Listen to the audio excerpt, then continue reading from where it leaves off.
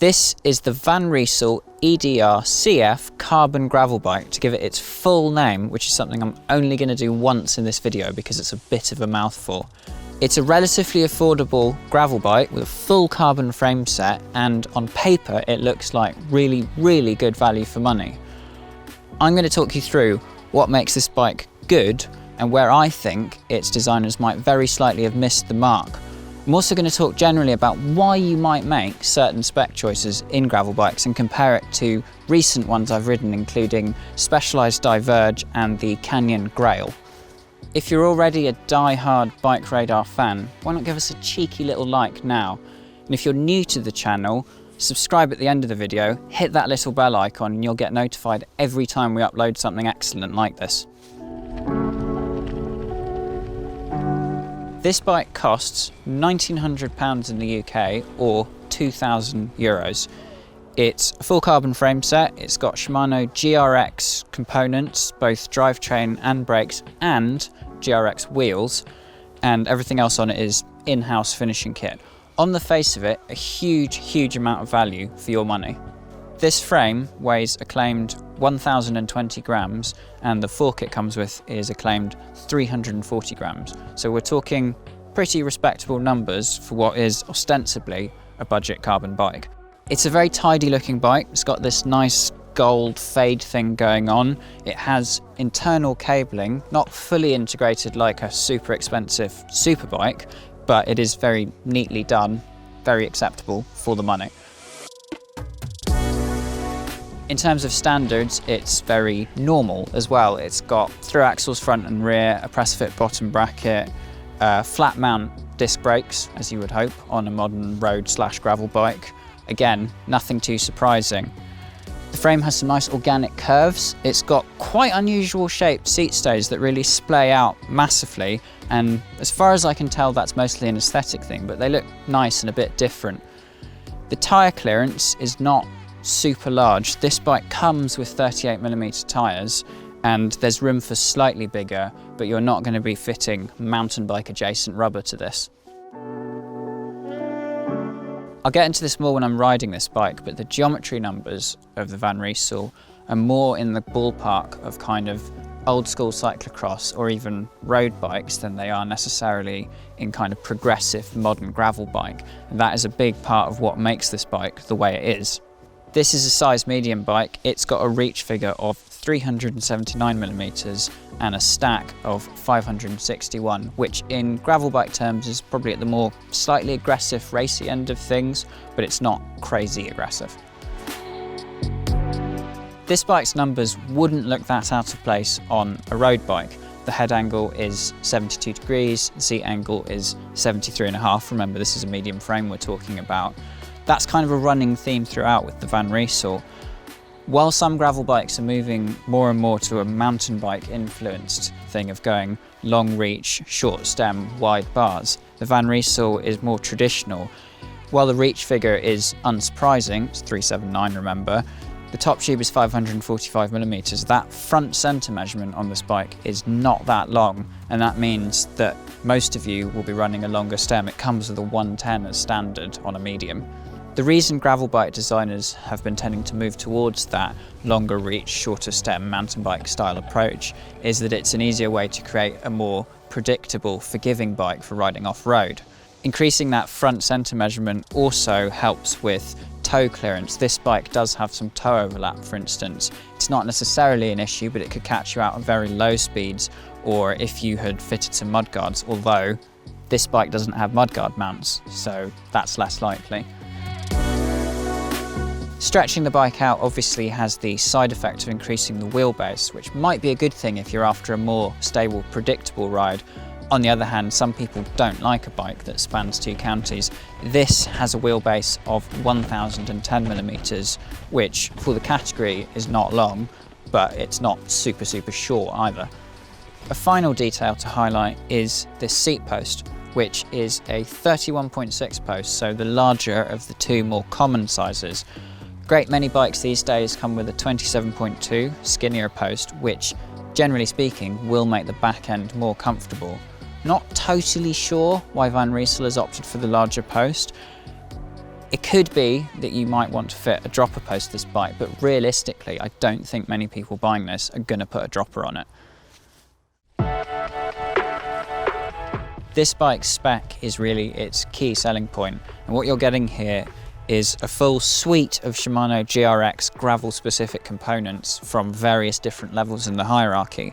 The levers are Shimano 105 equivalent RX 600s, and because this is a 1x drivetrain, only the right-hand lever is actually a shifter, the left is just a brake lever. The rear derailleur is the 1x specific Ultegra level RX 812, and that is matched to the Ultegra equivalent RX 810 1x crank, in this case with a 42 tooth chainring. The cassette is an 11-42, so your low gear is a 42-42. The brake calipers are GRX2, but they are the slightly cheaper, nominally Tiagra equivalent RX 400s, which are often matched to the 105 equivalent levers. If you want to geek out more about the finer points of Shimano GRX, I made a very long and detailed video about it. Check out the link in the description or click up there.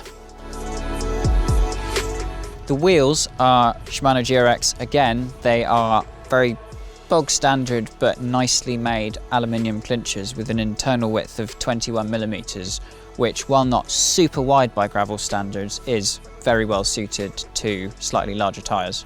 The tyres are Hutchinson Black Mamba CXs. They are 38mm wide, they are tubeless ready. However, this bike hasn't come set up fully tubeless. That is something that obviously I would strongly recommend you do for gravel riding, but that is up to you to sort out the final details. Again, this is very relevant to riding this bike, but the handlebars here are nominally 42 centimeters wide, but they are quite dramatically flared. At the very tips of the drops, they measure 46 centimeters, but where your hands will sit most of the time on the hoods, they're actually less than 39, which in gravel bike terms is pretty narrow. The only remaining detail on the build is this saddle, which actually isn't in-house. I said the finishing kit was all in-house. This is a Physique Antares, which is a pretty standard, good quality road saddle, so can't really complain there. This bike weighs, in size medium, not including pedals, 8.9 kilograms, which for its price bracket is really respectably light. And bear in mind that's with fairly heavy aluminium clinchers, so the components and the frame set otherwise are pretty light. If you like your gravel bikes to offer essentially the ride feel and handling of a road bike, the Van Rysel might work for you. If on the other hand you're expecting something closer to the drop bar mountain bike / adventure bike end of the spectrum, you're probably going to be disappointed by this bike. I think it's telling that Van Rysel also does a version of this bike that is explicitly spec'd for cyclocross racing. In fact, this frame set is UCI approved for cyclocross and has been raced by actual cyclocross racers. Essentially, I think it is a cross bike that's kind of LARPing as a gravel machine. I don't want to criticise this bike unfairly for not being something that it's not really trying to be. Van Rysel is essentially the performance-oriented brand of the big sports shop Decathlon, and so the bikes in the Van Rysel range are the ones that are more focused at the kind of racy end of things as opposed to the more chilled out or beginner focused bikes. At the same time, in this price bracket, it's likely that this might very well be people's first gravel bike, and for that reason I'm not sure that Van Rysel has quite got it right on the spec front. Let's talk ride quality first of all. It's not the softest of rides, this bike. Obviously, with the option to go tubeless, you can run nice low pressures, and that's a really effective way to make the bike more comfortable and ride better on technical terrain. Saying that, the tyre clearances aren't great. Officially, you're actually not supposed to go higher than a 38mm tyre. You could probably go a little bit bigger, but basically this is not a bike for big fat tyres. Also, I mentioned that seat post. I don't really understand why they fitted a 31.6mm seat post when a thinner one would be an easy way to add comfort. Contact points obviously have a huge influence on how a bike feels when you're riding it, And the handlebars, again, seem like a slightly curious choice to me. A lot of people like flared bars for gravel because it gives you a wider hand position and therefore more confident control when you're off-road. These bars have a reasonably deep drop, more like traditional road bars, but more importantly, the sizing means that they're just very narrow at the hoods. I think that most gravel riders probably spend most of their time on the hoods, and particularly when the drops are this deep. And that means that most of the time your hands are going to be too close together, in my opinion. 39 centimetres, it's actually less than 39 centimetres if you measure centre to centre at the hoods, is just too narrow for riding on technical terrain comfortably. That combination of a narrow bar and a basically road length stem just doesn't give particularly confidence inspiring handling when you're on anything that's more difficult than fire road, let's say.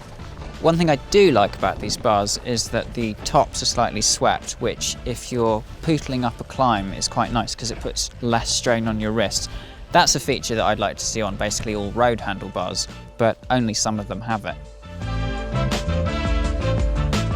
I don't entirely see eye to eye with Van Rysel on their choice of gearing either.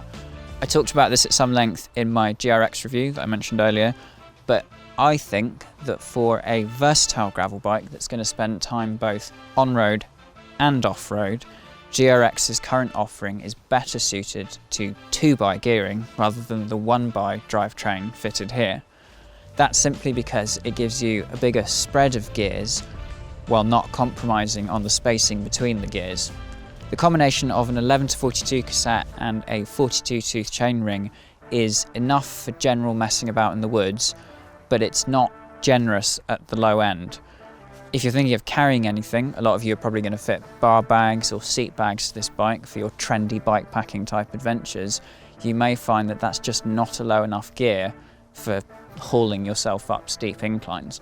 I think it's a slightly curious choice as well because GRX actually offers the choice of a 40 or 42 tooth in the RX 810 crank, but they've opted for the harder, racier option. I just wonder if that's really nailed the demographic here for who's going to buy this bike.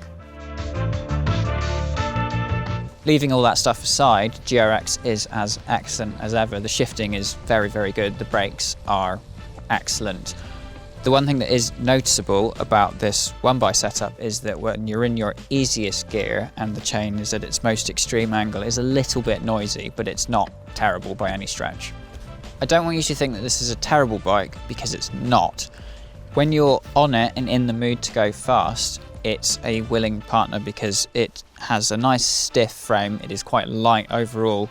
These tyres work decently on and off-road. They're pretty useless in mud because they just don't have enough tread on them, but they roll reasonably well on tarmac and do offer you a little bit off-road that a slick tyre wouldn't. I mentioned there's a cyclocross specific version of this bike. In fact, you could feasibly race cross on it as it is, except you'd probably want to change the tyres, especially if you need something that's UCI legal. I've ridden gravel bikes of just about every stripe, and the one that this maybe most reminds me of is the Pinarello Gravel, which was a bike that I appreciated for its fast and furious qualities, but at the same time did kind of feel like it was almost just a road bike with very large tyres on it in terms of the overall handling and ride experience. A gravel bike that recently impressed me was Canyon's Grail 6, which was an aluminium bike in a very similar price bracket to this, with cheaper GRX components on it. On the face of it, the Grail ought to be the worst bike because it's heavier, it's lower spec, and it's aluminium rather than carbon.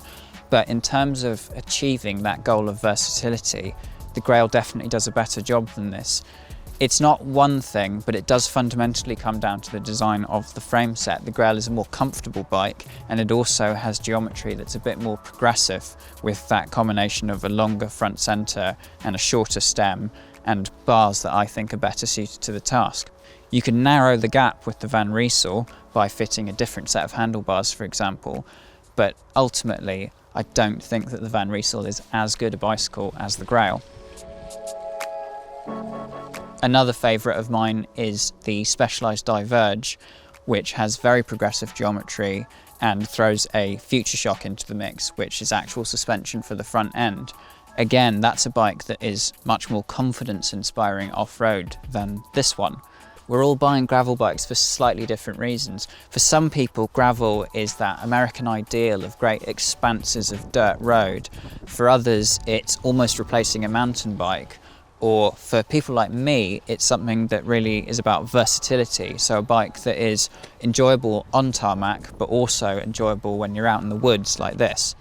If you're explicitly looking for a gravel race bike or even a cyclocross bike, definitely give the Van Rysel a look because it is really good value for money. I doubt you'll find a lighter bike for your money with such good components on it. Having said that, I don't think it hits the mark for first-time gravel riders who are looking for a bike that does everything. You may disagree with me completely about everything I've just said, but I do think it's really important to match the bike you buy to the actual riding you're going to do, rather than some kind of idealised version of it. I'd love to know what you think about the Van Rysel. What kind of bars do you prefer on your gravel bike? What's your preferred gearing for general versatile riding? Do let me know your thoughts. Don't forget to like and subscribe, and remember, hit that little bell icon so you get notified every time we upload a video.